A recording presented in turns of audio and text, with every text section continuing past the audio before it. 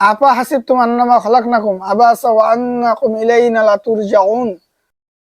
আসসালামু আলাইকুম ওয়া রাহমাতুল্লাহ। সম্মানিত দিনী ভাই ও বোনেরা, আজকে যে আমলটি দিচ্ছি, আপনার যদি প্রচন্ড প্রখর মাথা ব্যথা হয় এবং ওষুধ খেলে একদিনের জন্য ভালো থাকেন আবার হয়, তো আপনারা যদি এই আমলটি করেন, ইনশাআল্লাহ আশা করি যে আপনার এই মাথা ব্যথা দূর হয়ে যাবে।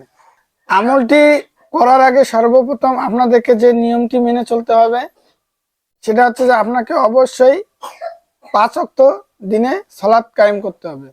মানে আপনাকে 5 ওয়াক্ত নামাজ পড়তে হবে, পাশাপাশি আপনাকে শরীর বন্ধ করে নিতে হবে। তো শরীর বন্ধর যে আমলগুলা, এগুলো আমার ভিডিওর মধ্যে, অন্যান্য ভিডিওর মধ্যে দেয়া আছে, আপনারা দেখে নেবেন। আর শরীর বন্ধ করার পর আপনি যে আমলটি করবেন, সেই আমলটি আপনাদেরকে বলে দিচ্ছি, নিয়ম অনুসারে করতে পারেন। তো ইনশাআল্লাহ আপনার যে মাথা ব্যথা, দেখা গেল আপনি অনেক ওষুধ খাইছেন, অনেক ডাক্তার দেখাইছেন, কিন্তু আপনার মাথা ব্যথা কখনো ভালো হয় না। সেই মাথা ব্যথা থেকে মুক্তি পাওয়ার এটা একদম নির্ভরযোগ্য একটি আমল।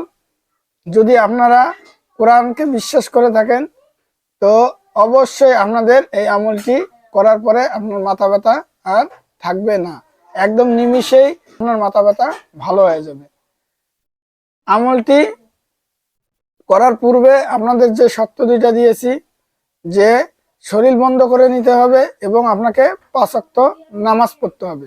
আমলের শুরুতে 3 বার দরুদ শরীফ পাঠ করে নেবেন, একবার সূরা ফাতিহা পাঠ করে নেবেন, এবং তারপরে যে আমলটি যেটা আপনি করবেন সেটা হচ্ছে সূরা মুমিনুন।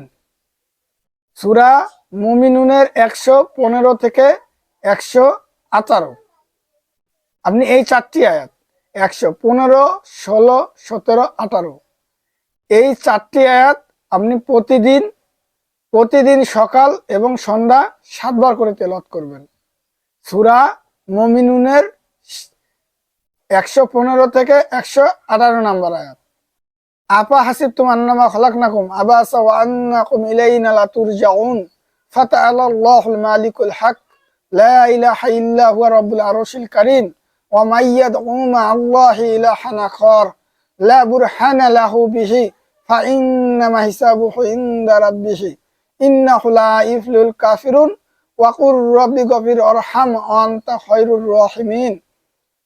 এই আয়াত 4টি আপনি তেলাওয়াত করবেন নিয়ম মতো, যে আপনি সকাল এবং সন্ধ্যা, সকালে ফজরের পরে 7 বার এবং সন্ধ্যায় মাগরিব অথবা এশার পরে আপনি যদি নিয়ম মতো এই আয়াতটি 7 বার করে তেলাওয়াত করতে পারেন, পড়ার পর যেটা আপনাকে নিয়ম বলে দিয়েছে, 3 বার দরুদ শরীফ, একবার সূরা ফাতিহা, তারপর আপনি এই আয়াতটি 7 বার তেলাওয়াত করবেন। 7 বার পাঠ করার পর আপনি আবারও 3 বার দরুদ শরীফ পড়ে নেবেন। ইনশাআল্লাহ এই আমলটি আপনি যদি একাধারে 21 দিন করতে পারেন, তো ইনশাআল্লাহ আপনার মাথা ব্যথা থাকবে না। এটা আমাদের পরীক্ষিত আমল। আপনি করবেন এবং অপর ভাইদেরকেও আপনারা এই আমলটি বলে দিবেন, যেন আপনাদের দ্বারায় আরো অন্য এক মুসলমান মুমিন দিনী ভাই উপকৃত হয়।